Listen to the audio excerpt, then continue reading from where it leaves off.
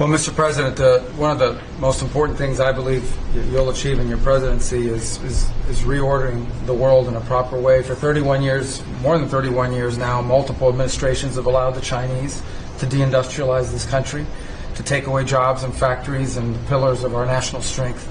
And what you're doing now, I think, is a great service to our country, but ultimately to the world. And I want to congratulate you and your team that's working on that, because it has extraordinary geopolitical implications, as you see, from all these other countries that are now coming here and wanting to join something that actually makes it's crazy to allow these. I mean, basically, we lived in a world where Chinese companies can do whatever they want in America, but our companies cannot do anything over there unless they allow it, and even then they steal our stuff and reverse engineer it.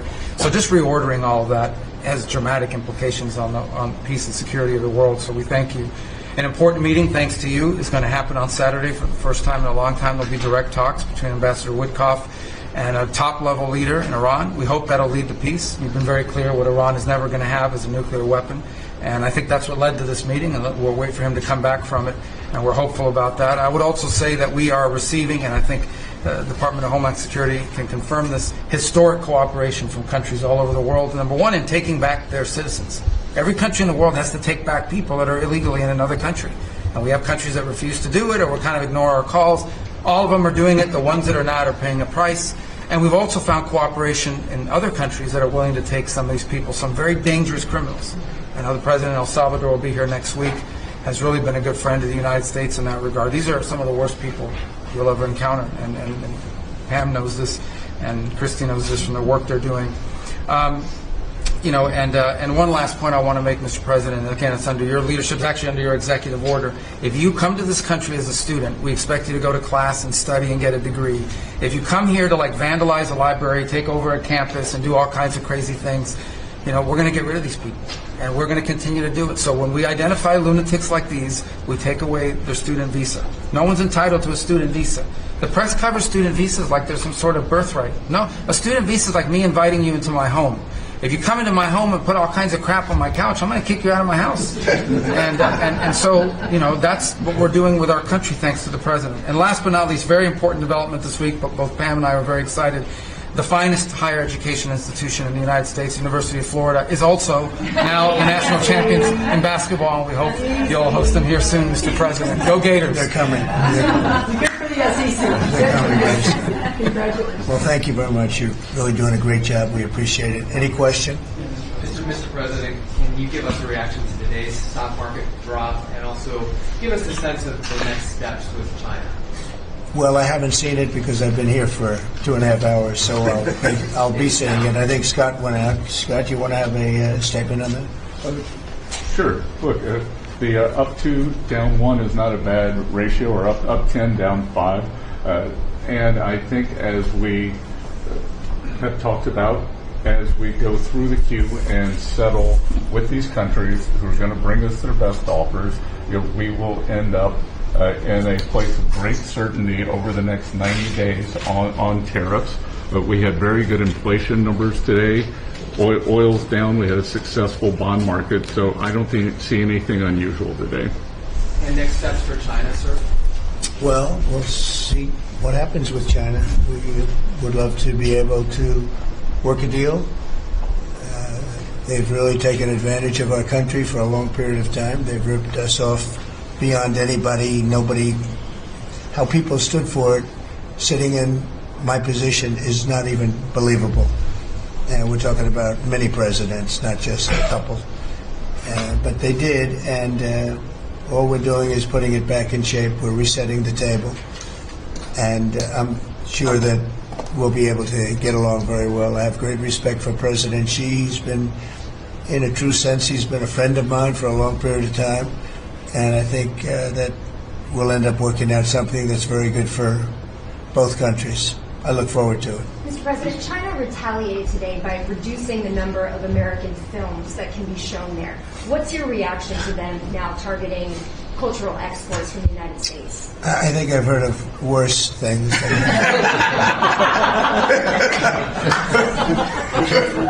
Yes, please. Also on China, the Ukrainians say they have evidence that Chinese soldiers being found fighting for the Russians in Ukraine. Can the U.S. verify this? And if so, what does the US plan on doing to China to counteract that? We'll look into it, but I think beyond that, we're really looking to get that war stopped. They're losing 2,500 and even more than that young people a week. They're Russian and they're Ukrainian. They're not American, but they're people.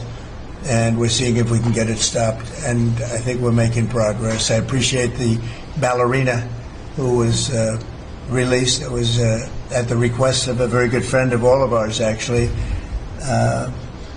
Dana White called me and he said it's the friend or the relationship of one of the fighters for UFC or one of the fighters. And Dana's an incredible guy, and we spoke to President Putin about it, and they made a deal. They released the young ballerina, and she is now out, and that was good, so we appreciate that. We hope that we're going to be able to make a deal relatively soon with Russia and Ukraine to stop the fighting. It's so senseless. It's such a horrible thing. It would have never happened if I were president, but it did happen, and we were given that card. And I think we're going to get it. I think we're going to get it stopped. Got to get going. We got to get it. We have to move it faster. Likewise with the hostages, we're making progress. We, there's 59 hostages, but only 24 of them are living, and that's the way it's been presented to me by the mothers of some of the dead, mothers and fathers of some of the dead hostages, and they want the bodies of their baby, as they say, their baby, their young boys. They want them back as much as if they were alive. It's amazing because when I met the hostages 2 weeks ago here, I couldn't believe what they had to go through, by the way. But when I met them, they said, yeah, there's 59, but 24 are living. And they actually consider, I guess if you're a parent, you do consider it this way, that the remainder who are dead, the 24 that are alive, the remainder that are dead, they want them back just as much as they would want them back if they were alive. It's really pretty amazing and pretty sad. So we're getting close to getting them back. We have a lot came back. A lot of people are very grateful. Some came back in pretty bad shape. Some came back, they're okay. I think they're going to be scarred mentally for a long time. Because if you sit down and talk to them, as I have, what they went through is incredible. But we're making progress. We're dealing with Israel. We're dealing with Hamas, and it's a nasty grip. Mr. President, how close are you to the first country coming to actually make a deal with the United States over tariffs? Is it days, months? Well, I think it's very close, but we have to have a deal that we like. We don't want a deal that's going to be a bad deal, or I could make every deal in one day if I wanted to. I could do this all in one day. I could just say, here's what we'll do.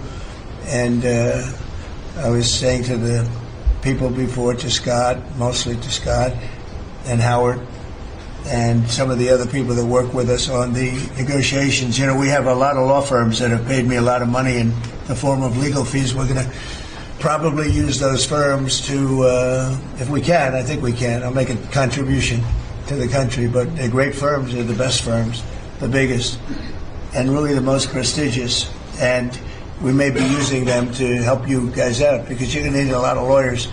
And I'm not sure Pam's going to be happy if I say, can you send over about 200 lawyers that work on trade? She's working on criminal stuff, and I think that's going to be her focus more than anything else. So we'll find out if we can do that. But we have a lot of lawyers that you've been reading about where they paid $100 million a firm on average.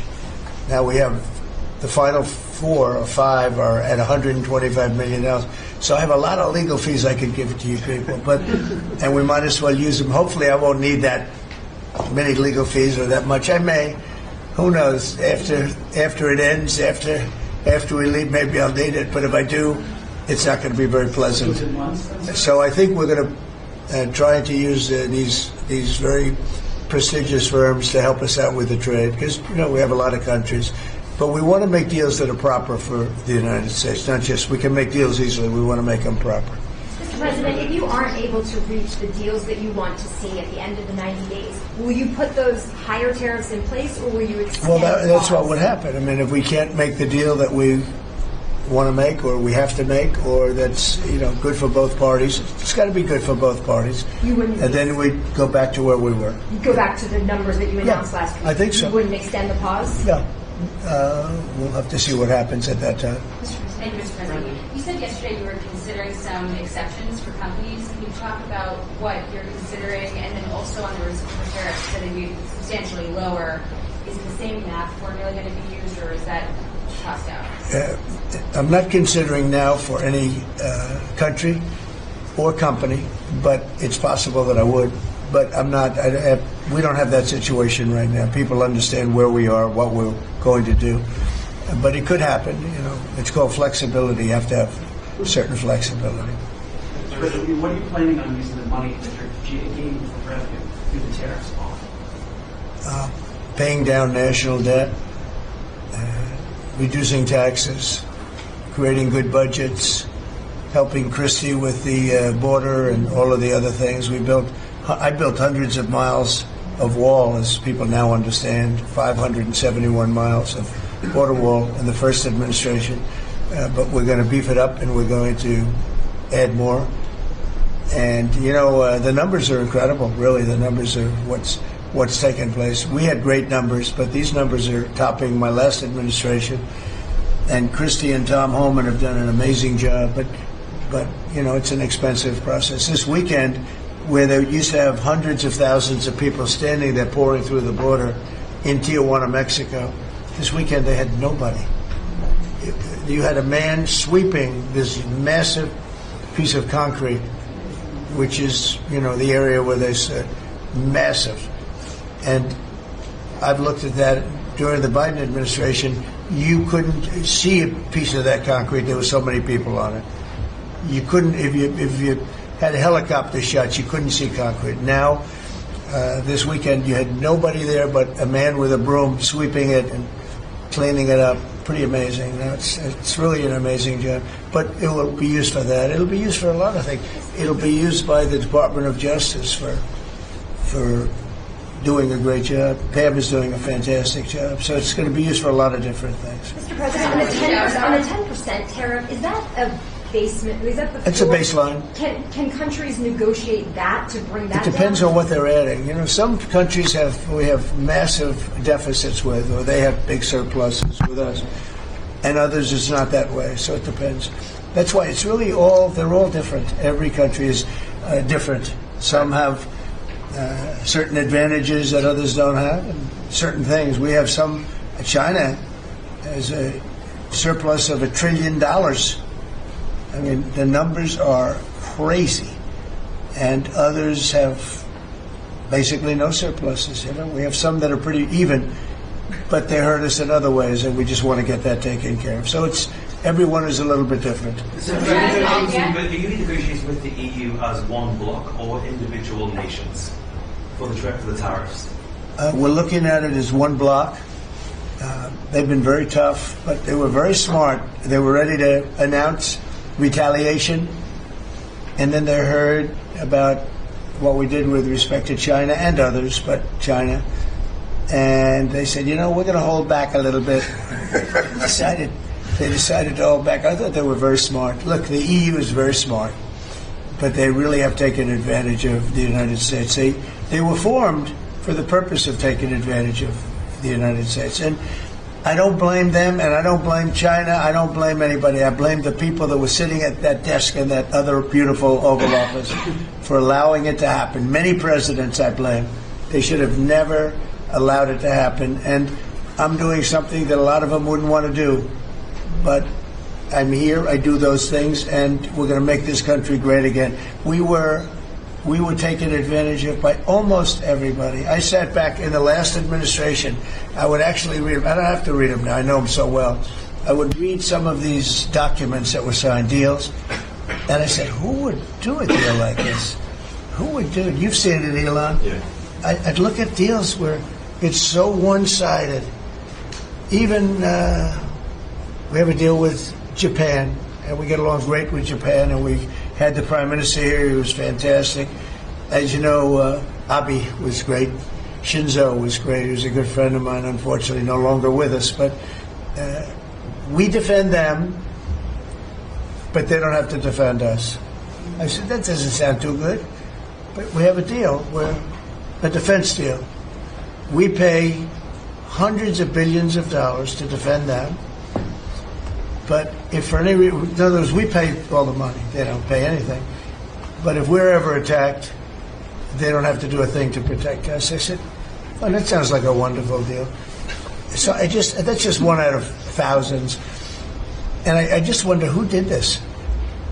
And it's people that either hate our country or didn't care, an expression that you use. I think it's really a lot of them didn't care. It's just hard to believe how bad they are. Now that's a little bit of a defensive deal, but I'm talking about trade deals, the same thing. They're so bad, you would say, how come? And even when I'd renegotiate, like I'd go to a country, they'd give me everything I asked for. I said, why didn't somebody ask for it like originally? They give me everything. I think when they were negotiating, they didn't care, or they didn't ask, or they were shy, or they were very stupid, or they hate our country. Yeah, go ahead, Jeff. You were speaking about Japan. Can you clarify what your vision is for U.S. Steel? You referenced it yesterday. Yeah. There's some questions about what you actually want Sure. to see out of Look, that. U.S. Steel is going to do very well now because of tariffs, and I don't know why they even need a deal. But the only thing is, U.S. Steel, if you go back 80 or 90 years, that was a behemoth in this. That was our biggest, most. If we were around, we would have been very proud of it. Today we have different types of companies that are big. Google, it's not the same as U.S. Steel, and I love Google, and I got to like the people that run it. They're very capable people. They didn't like me so much in the first administration, but they like me a lot now. I don't know what happened, but I like them. But I think they would be the first to admit, when I envisioned, you look at some of those steel factories from 90 years ago, it was a different kind of a country, but they were miles long. Today you see just empty hulks. Those hulks are going to be filled up very soon because of what I'm doing with tariffs. It was a different kind of a thing. But if I didn't do that in the first term, my first term, if I didn't put tariffs on, we would have, because China and others were dumping steel, billions of dollars of steel. Our steel companies were all closing. Every fact, we wouldn't have one steel plant open. And now we have a steel industry that's doing very well, but soon it's going to be thriving, really thriving. And those factories are going to be filled up, but more importantly, they're going to build brand new ones. Nucor and so many other companies call me, Nucor being a big steel company. They're building massive new steel plants, and it's great. And likewise, car companies. We have many, many car companies. 3 of them, I'm not looking to hurt Mexico, and I like Mexico. And by the way, I think the new president is a terrific person, a fantastic woman. We've had many conversations. She's a very elegant, just a fantastic person. And she's been very nice, very, very nice. But I'm not looking to hurt them, but we have 3 car plants that were under construction in Mexico. They stopped constructing, and now they're going to build in the United States because of tariffs. See, we should have never let this happen, because whoever it was that was president at the time, we lost 90,000 plants and factories since NAFTA. 90,000. It's not believable. How about that, Laura? You're in that sort of world of factories and build back plants. manufacturing, construction jobs, and bring those workers back home. That's right. We're going to bring them all back. But think of it, from that period of time, which isn't so long ago, we lost. I said the other day, if you had a map on a big wall like this, and if you had pins, 90,000, I don't know if you'd have enough. I don't think you'd have enough room on the map to put the pins. 90,000 factories that we've lost since NAFTA. And it's not even, and about 6 million jobs. Really, I think probably a lot more than that, but they say 6 million jobs. We're going to bring many of that back. I think we're going to bring more than all of it back. We're going to be better and stronger than ever before. But if a president, when they were leaving, said, look, you can leave, but if you're going to build a factory someplace else, and you think you're going to come and sell your steel or your car or any product that you make, your pharmaceuticals, which we're going to do, we're going to get them all back. But if you think you're going to all they had to do is say this, and they wouldn't have left. I said it the other day. I said it with respect to, I made a speech a year ago, and I told them if I win, we're going to charge a big, big tariff at the border. And people were thinking about building in Mexico a car plant. And I said, we're going to have a big tariff. So if you want to build a car, you're going to have to pay 25% more than the cost of that car. You're going to have to pay 25% tariff at the border. They would have never left. They could have kept everybody. If a president said, if you leave this country, you leave Michigan, you leave Detroit, you leave anybody, any of our states, because to me they're all the same. I love them all. I love them all, and I probably won them all, but they say I won most of them, but I think I won them all, but that's okay. But all you had to say if you were the president is, if you leave and you think you're going to now fire all those workers, leave all that, everything behind, and you're going to build in another country and sell it any, and no, you're not going to. You're going to pay 50% or 100% tariff. They would have never left. And all you had to say, Marco, all you had to say very simply is, you don't have to write it down. All you have to do is say it verbally. If you leave, you're going to pay 100% tariff. Therefore, don't leave.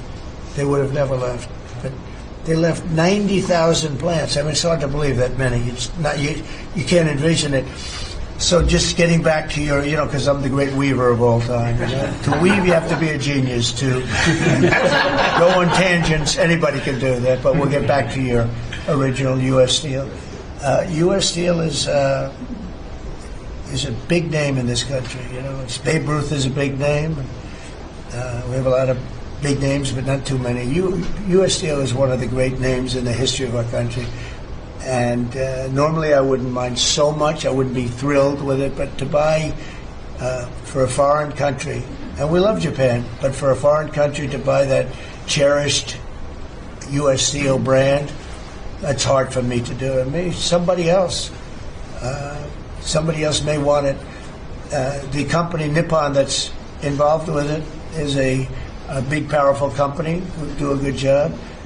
But why can't they just build a plant themselves? I mean, why do they have to, take U.S. Steel? So as you know, I rejected the deal.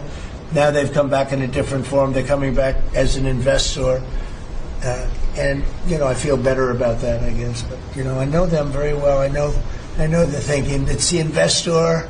They'll invest, and somebody else maybe is sitting in this chair, and they will no longer have an investment. They'll have the whole thing. That's the way it works. They're very smart. They're very, very smart people. We're dealing with very smart people throughout the world. Great geniuses, actually. Look what they've done to our country. And again, I don't blame China. I don't blame anybody. If I could have done it, if I were in that position, I'd have great respect. I have great respect for the people. They ripped off the United States, and all we had to do, have a president that knew what the hell was going on. And none of those countries would have left. Those companies, none of them would have left. So that's a little lesson in basic business. And it's really basic business. It's not complicated business. It's very basic business. And we'd have every one of those car plants going just the way they were 30 years ago. None of them would have left. But now they're coming back. Mr. President, the Labor Department has confirmed that $400 million went to fake people for unemployment benefits. Yeah. That's sort of your initial reaction. I think it's terrible. I just heard it from Lori, and I appreciate it, and you heard it from Elon's people, right? That's right.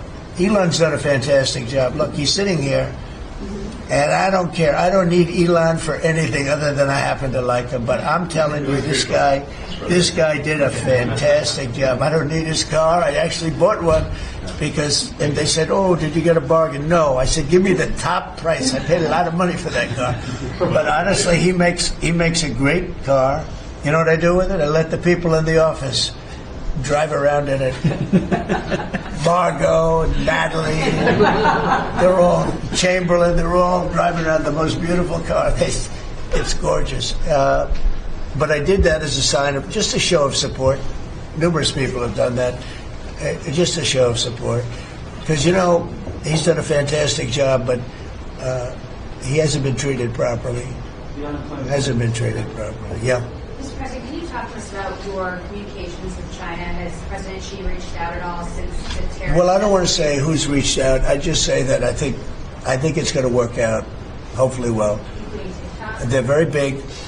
It's hard to get over, if you're me, what they've done to our country.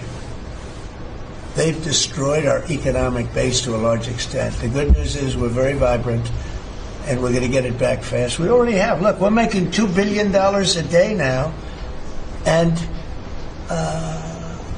during Biden, we were losing $3 billion a day. Biden was a disaster. He was the worst president in the history of our country. And you know, to me, worse than that, because the money you can make if you have the right guy in this position, worse than that was what they did on the border. By allowing the jails of the world, not South America, all over the world, to be opened up so that we take everybody from Africa, Asia, South America, Europe, the bad ones. They opened up their jails and they dumped them in the United States. And now this beautiful young woman who seems to be, boy, she loves what she does, though. I think she loves what she does because she's a patriot. She hates to see it. And Tom and all the people. But for us to spend, hundreds of billions of dollars this is just, I don't know. They either hated the country. Who would do this? Who would want millions of people to pour through an open border? We have no idea who the hell they are. And just walk right through. And half of them, whether you like it or not, you could look at them and you could say, they are not going to help us. These are some rough people. But they'd empty out their jails, and they'd empty out their mental institutions, insane asylums, and they'd let them into the United States of America. And inflation we can fix, and all of the other things we can fix. We'll get it going. But this is something, it's such a horrible thing, and it's really hard. We have to do deportations. Now we're doing self-deportation. We're coming up with all sorts of ideas. And they must have known it's not going to work out well. And, we want people to come into our country, by the way. We need them badly for the jobs. But we want them to come in legally. They have to come in legally. They have to show that they can love our country. Thank you very much, everybody. Thank you. Thank you very much. The Democrats are making allegations about market manipulation yesterday. Thank you.